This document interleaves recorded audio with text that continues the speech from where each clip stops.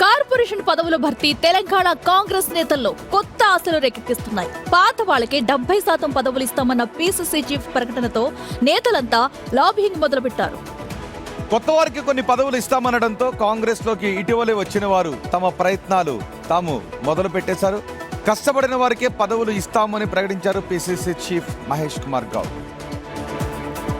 కష్టపడ్డ కార్యకర్తకి ఏదో ఒక రకంగా చైర్మన్, డైరెక్టర్లు ఇవన్నీ ఉన్నాయి. సెప్టెంబర్ మాసంలో అన్ని భర్తీ చేస్తూ ఉన్నాం.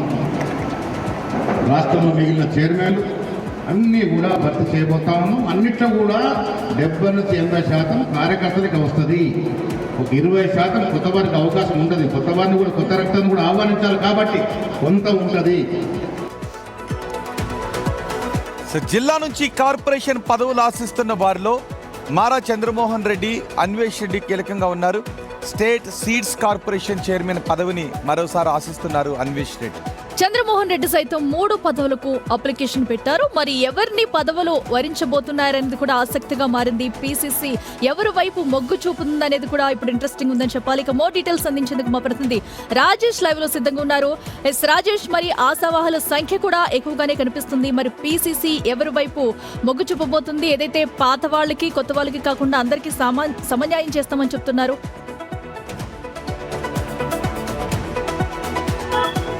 ఖచ్చితంగా పీసీసీ చేసిన వ్యాఖ్యలకు ఇప్పుడు కొత్తగా వచ్చిన వారు కావచ్చు, లేకపోతే పాత నేతలు కాంగ్రెస్ పార్టీ కండువా కప్పుకున్న వారు కావచ్చు, లేకపోతే కాంగ్రెస్ పార్టీ జెండా మోసిన వారు కావచ్చు, గతం నుంచి పార్టీని నమ్ముకున్న వాళ్ళకి ఈసారి ఖచ్చితంగా అవకాశం వచ్చేందుకు అదే కోణంలో కనిపిస్తుంది. ఎందుకంటే పీసీసీ మహేష్ కుమార్ గౌడ్ చేసిన వ్యాఖ్యలు ఇప్పుడు ఆసక్తికరంగా మారాయి. ఎందుకంటే పాత కార్యకర్తలు ఎవరైతే ఉన్నారో వాళ్ళకి 70%తో పాటు 80% వాళ్ళకి అవకాశం ఉంటుంది. కొత్త వారికి కూడా అవకాశం ఇవ్వాలి కాబట్టి వారికి 20-30% అవకాశం ఉంటుందని చెప్తారు. ముఖ్యంగా ఇందులో నిజామాబాద్ జిల్లాకే పెద్ద ఎత్తున కార్పొరేషన్ చైర్మన్లు గతంలో ఇచ్చారు. అంటే సుమారు 5 కార్పొరేషన్లకు సంబంధించి రాష్ట్ర కార్పొరేషన్ చైర్మన్లు 5 కూడా ఇక్కడ నుంచే ఇచ్చారు. కాబట్టి ఈసారి కూడా గతంలో బంగపట్టిన ఎవరైతే యూత్ కాంగ్రెస్ నుంచి ఇప్పుడు జిల్లా గ్రంథాలయ చైర్మన్ పనిచేసిన మారా చంద్రమోహన్ రెడ్డి ఎవరైతే ఉన్నారో తాను కూడా ఈసారి 3 కార్పొరేషన్ చైర్మన్ కి అప్లికేషన్ పెట్టుకున్నాడు. అయితే అన్వేష్ రెడ్డి ప్రజెంట్ ఇప్పటికే సీట్స్ కార్పొరేషన్ చైర్మన్ గా పనిచేస్తున్నాడు. ఆయన పదవి కాలం అయిపోయింది. ఆయన మరోసారి లేఖ పెట్టుకున్నాడు. కానీ అధిష్టానం మాత్రం ఒకవేళ